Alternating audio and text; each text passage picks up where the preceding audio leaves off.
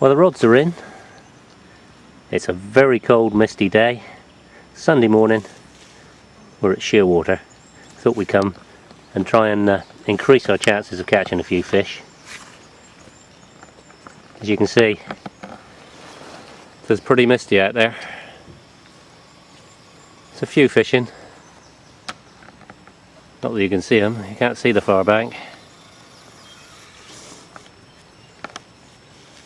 But hopefully it'll warm up a little bit and we'll manage to get our string pulled a few times anyway.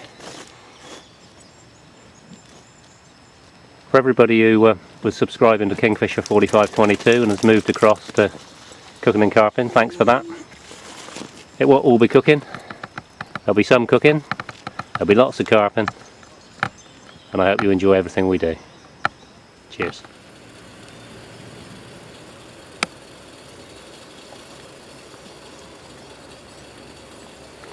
Well, it's not cooking and carping, but the kettle's boiling, coffee's going to be on, and the sausages are just about to go on for some sausage sandwiches for breakfast. It's a freezing cold day here at Shearwater. We got up at silly o'clock and got here at first light. The rods are in. Let's get something to warm inside us.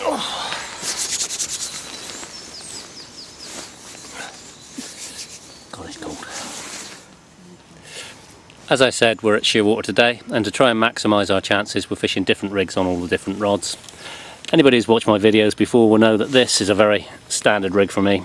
Little tiny bits, about 6 inches long, of Fox Cortex strippable braid, stripped off at the hook end, hooks attached, knotless knot style, a small quarter sinker underneath the piece of putty to make the eye of the hook heavy, and a little tiny piece of Nash rig tube on the bend of the fang twister hook. A little bit different, I have trimmed down a high-vis pop-up to just top off my live system boilie today. It's a standard 15mm bait. As always, they just turn and twist and stick in your hand. Ouch! I'm using a lead clip system because it's very stony in here.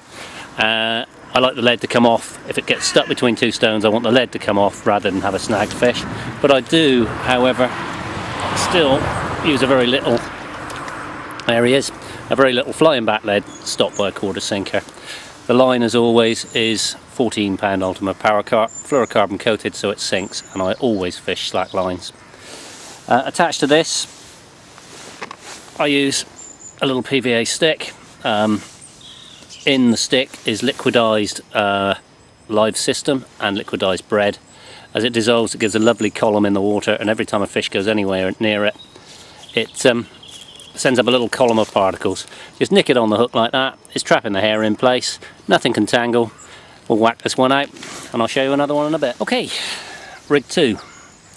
Not one you've seen me use before. I do use it a little bit, but not particularly often. This is just on a standard piece of ordinary braid, very soft, very flexible. I have a nice big size 6 Fang X hook, tied knotless knot, but KD style. A couple of turns, kick the hair out, and then finish the knot off. A very blatant 15mm bright pop-up, and a quarter sinker and a lump of putty on the hair so that the hook lies flat on the lake bed. The pop-up is held up, and when the fish picks it up, the hook very aggressively ready to go into that fish's bottom lip.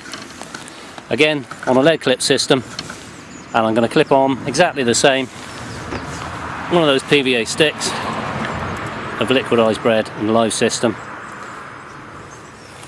ready to go. Let's see if this one will do the business. Right, well, this is my third rig. Anybody who knows me and knows my passion for Shearwater knows that this is my Shearwater rig. Strippable braid rig, as always.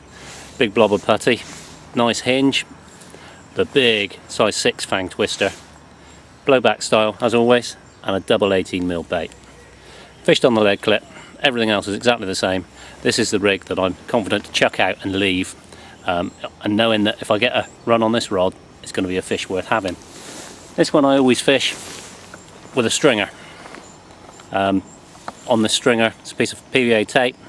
There are 5 live system boilies, 3/18s and 2/15s. I don't know why I do that, but I always do. A bit of OCD, I suppose. The loop of the PVA goes over the bend of the hook. Slide the first boilie down.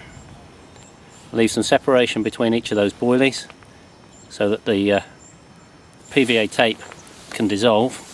And then what I like to do, I don't know whether you can get this, is so it doesn't tangle, I bring the tag ends of the PVA back round and trap the hair and everything in place with simple double overhand loop, double overhand granny knot I suppose. Trim those tag ends off, whoops, trim those bits of PVA away, don't really want to put PVA in the water unless we have to,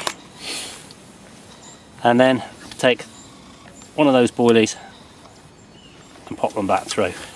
Now you have absolutely tangle free method of casting that out. I can cast that absolutely anywhere, knowing there's a little cluster of boilies around my hook baits, and this one, I'm going to chuck this one out, and this one might stay there all day. It ain't coming in till we get a run. Let's do it.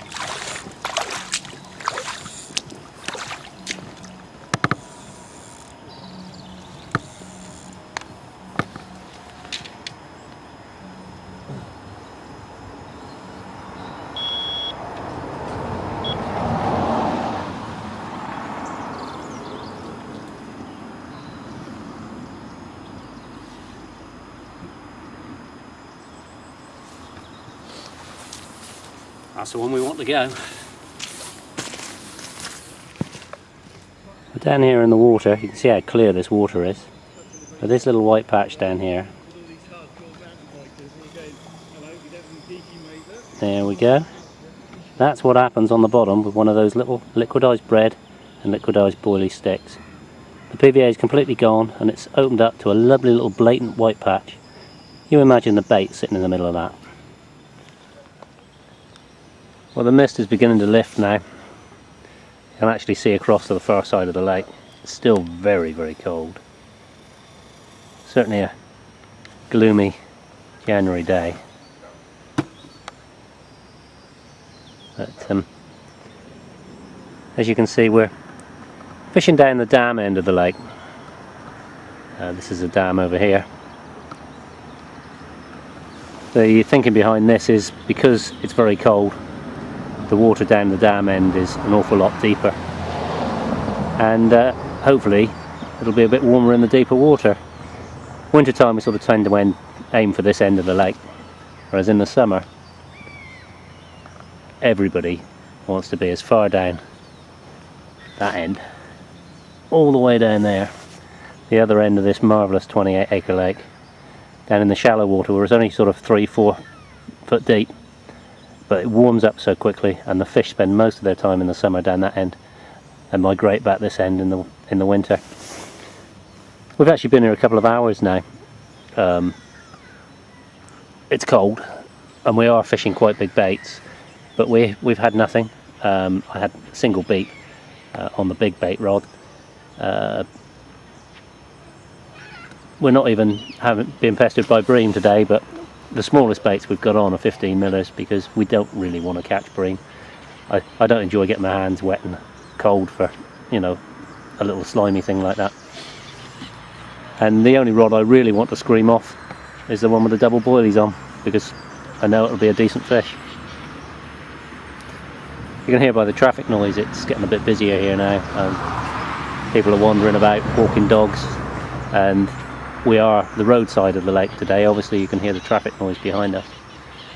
There was people set up already over on the lawns over the far side, so we've come over to the roadside I do quite like the roadside. The only problem with it is it's always a lot colder than the other side. The sun never really seems to hit it over this side. Not that it's going to happen today at all, I don't think. Fingers crossed, though. Don't catch anything sitting at home on the settee. Although at the moment my feet and hands are so cold, wouldn't be a bad place to be, sitting in front of the fire. No, joking. Much rather be here. It only takes one run.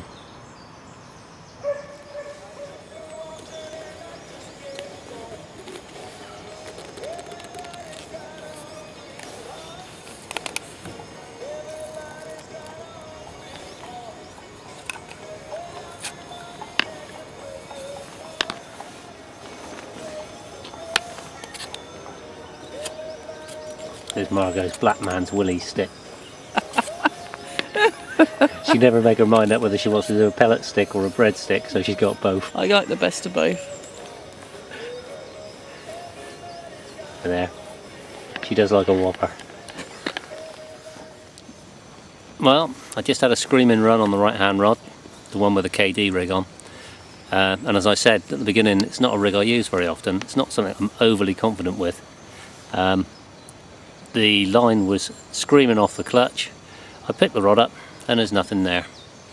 I don't know what your feelings are on the KD. It's not something that I've used a lot because I've had a lot of sort of missed runs and quite a lot of fish falling off at various times when I've tried it. Needless to say, I've now got a tube blow back on all three of my rods. Let me know in the comments box down below what you think of the KD rig.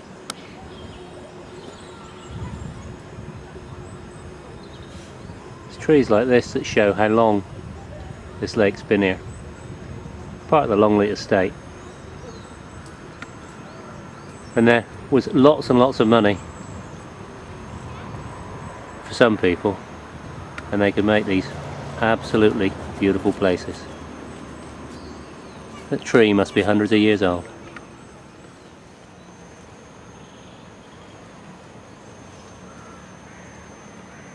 Even the cormorants don't seem to be catching much.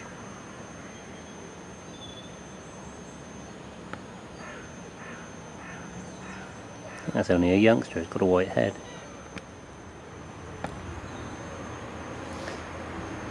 Look at this lot all sitting over here on the sailing boat's launching pad. They're sitting and they're all watching me, they're waiting for me to pick up my throwing stick. As soon as you try to put any bait in, the sky just fills up with seagulls.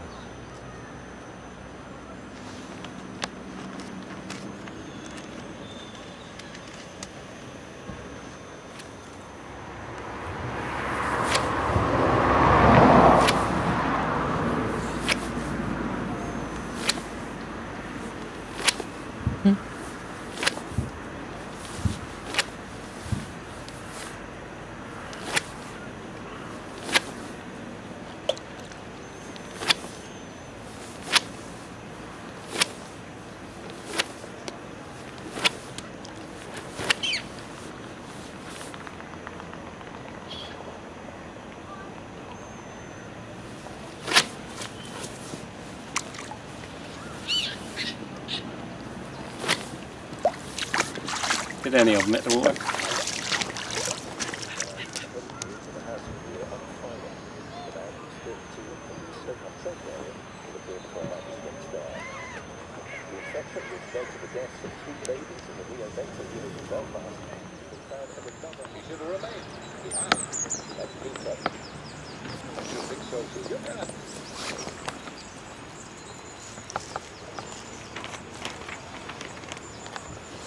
Oh, this is one.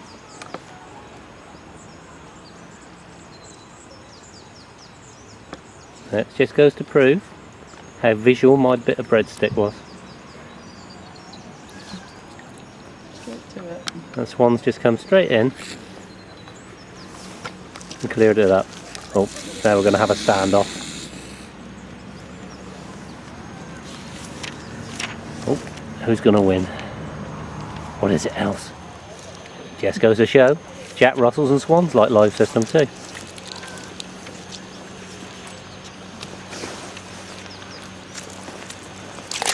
Oh, Elvie, you have yours on the bank. They're bigger than you.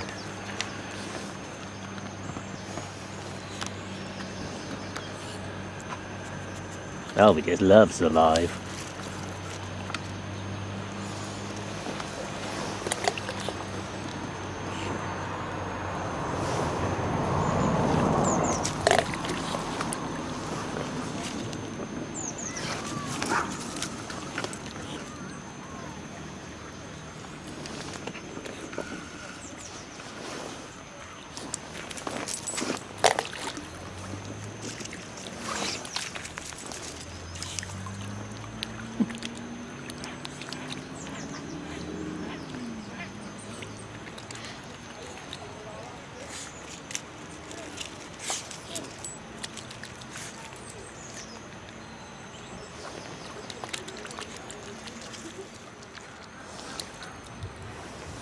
I need to come to these close ones, I can't film that far out. So their heads on the water, it's really cool. Yeah.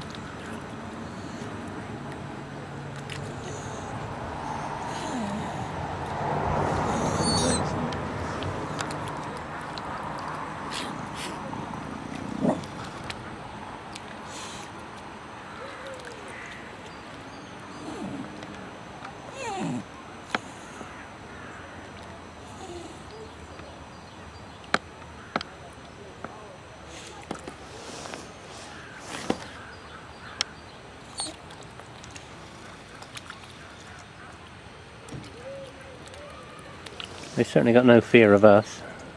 And as long as the dog stays out of the water, they're not worried about him either.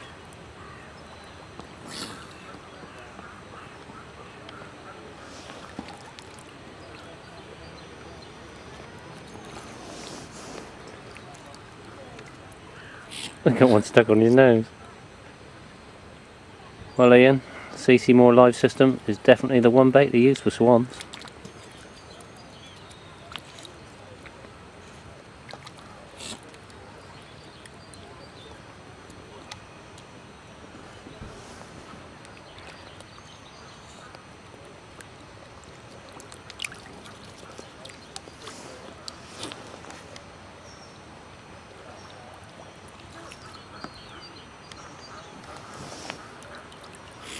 Just wish the carp would come and pick some up.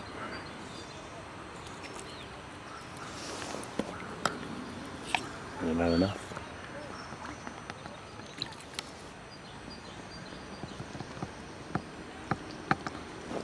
Doesn't really show you how close they are to us, but this nearest swan is certainly no more than 6 feet away from the camera.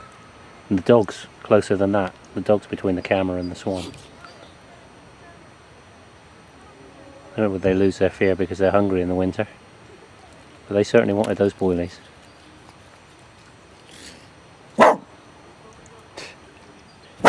Quiet. They're not even worried when he barks.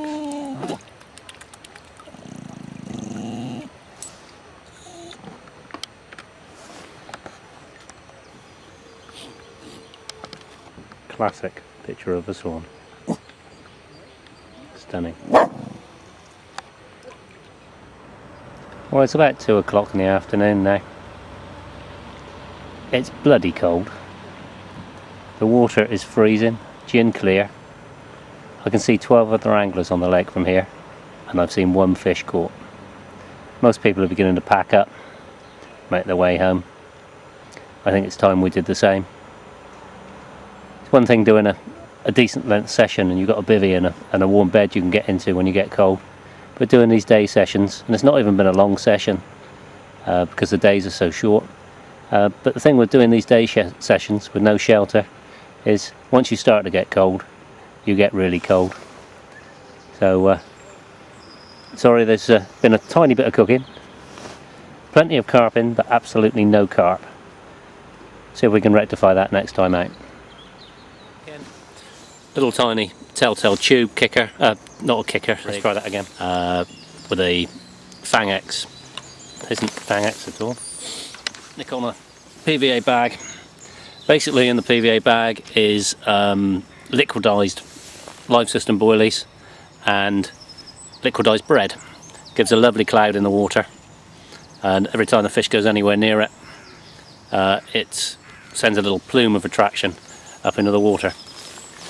So there we are, ready to cast. Let's get this one out. And in the background I've got my dog digging holes.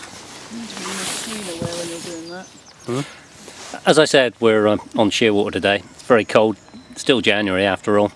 To try and maximise our chances, we're fishing different rigs on the different rods.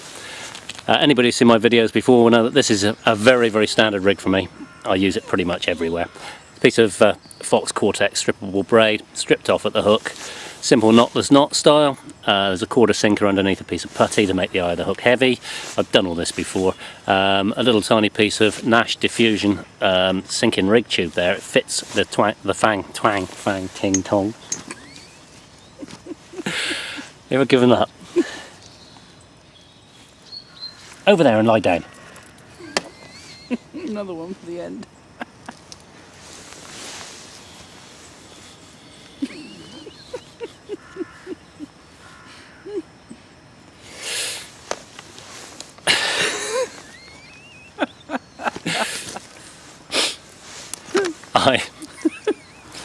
Camera on. 2 cars.